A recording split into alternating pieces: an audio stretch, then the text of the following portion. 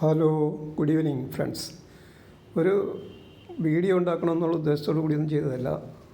അപ്പം ചുമ്മാ ഇരുന്നപ്പോൾ തോന്നി ഒരു വീഡിയോ ഒക്കെ എടുത്ത് കളയാം. അപ്പോൾ എൻ്റെ കുറച്ച് മീൻ കടയിൽ പോയി വാങ്ങിയതിൻ്റെ കുറച്ച് ഫോട്ടോസ് ഉണ്ടായിരുന്നു. ആ ഫോട്ടോ എല്ലാം കൂടെ കൂടി ചേർത്ത് ഒരു വീഡിയോ ഉണ്ടാക്കുകയാണ്. അപ്പോൾ അതിന് അയിലക്കറി എന്നാണ് ഞാൻ പേരിട്ടത്. അയിലക്കറി എന്ന് പറയുമ്പോൾ ആ കൂട്ടത്തിൽ അയില കറി വെച്ചതും വരുന്നുണ്ട്, അയില വറുത്തതും വരുന്നുണ്ട്. അപ്പോൾ ഈ കാണുന്നത് നമ്മുടെ അയില.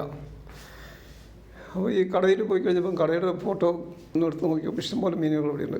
മത്തിയുണ്ട്, കിളിമീനുണ്ട്, പിന്നെ അയിലയുണ്ട്, നങ്കുണ്ട്, കരിമീനുണ്ട്, ചെമ്മീനുണ്ട്, കണവ, കൊറുവ എന്നങ്ങനെ പറഞ്ഞ് പലതരത്തിലുള്ള മീനുകളുണ്ട്. അപ്പം നമുക്ക് ഈ പറ്റിയ രണ്ട് മൂന്ന് മീനുകൾ സെലക്ട് ചെയ്തിട്ട് അയിലയാണ് ഇന്നത്തെ എൻ്റെ സെലക്ഷൻ. അയില 1 കിലോ, അത് 350 രൂപ ഉണ്ടായിരുന്നുള്ളൂ കേട്ടോ.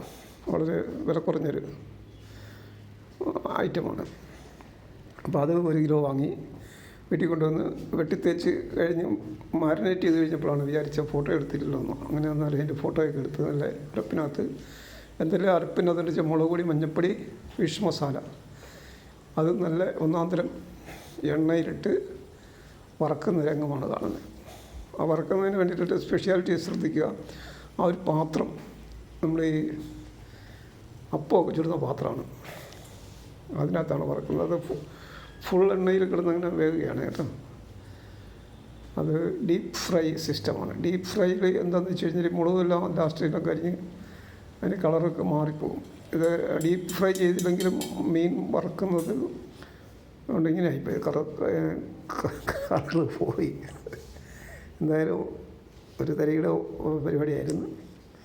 ഈ മീനിൻ്റെ തലഭാഗം കണ്ടിച്ച് കറിയാക്കിയിട്ട് തലഭാഗം കൊണ്ട് കറി വയ്ക്കുകയത്. അപ്പോൾ അത് വേറെ കാണുന്നുണ്ട്. ഇത് ഞാൻ വറുത്ത് പൊടിഞ്ഞാലും ഇപ്പോൾ കുഴപ്പമൊന്നുമില്ല.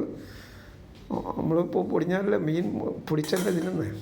അപ്പം ഇതുകൊണ്ട് കറിയും വെച്ച് അപ്പോൾ ഒരു സ്മോൾ വീഡിയോ തയ്യാറാക്കി ചുമ്മാ ഇരുന്നപ്പോൾ തോന്നിയതാണ് കേട്ടോ. ഇത് വീഡിയോ എടുക്കാൻ വേണ്ടി ഉണ്ടാക്കിയതില്ല, ഉണ്ടാക്കി കഴിഞ്ഞപ്പം ആണ് വീഡിയോയുടെ ചിന്ത വന്നത്. അതുകൊണ്ടാണ് ഇങ്ങനെയൊക്കെ കാണുന്നത്.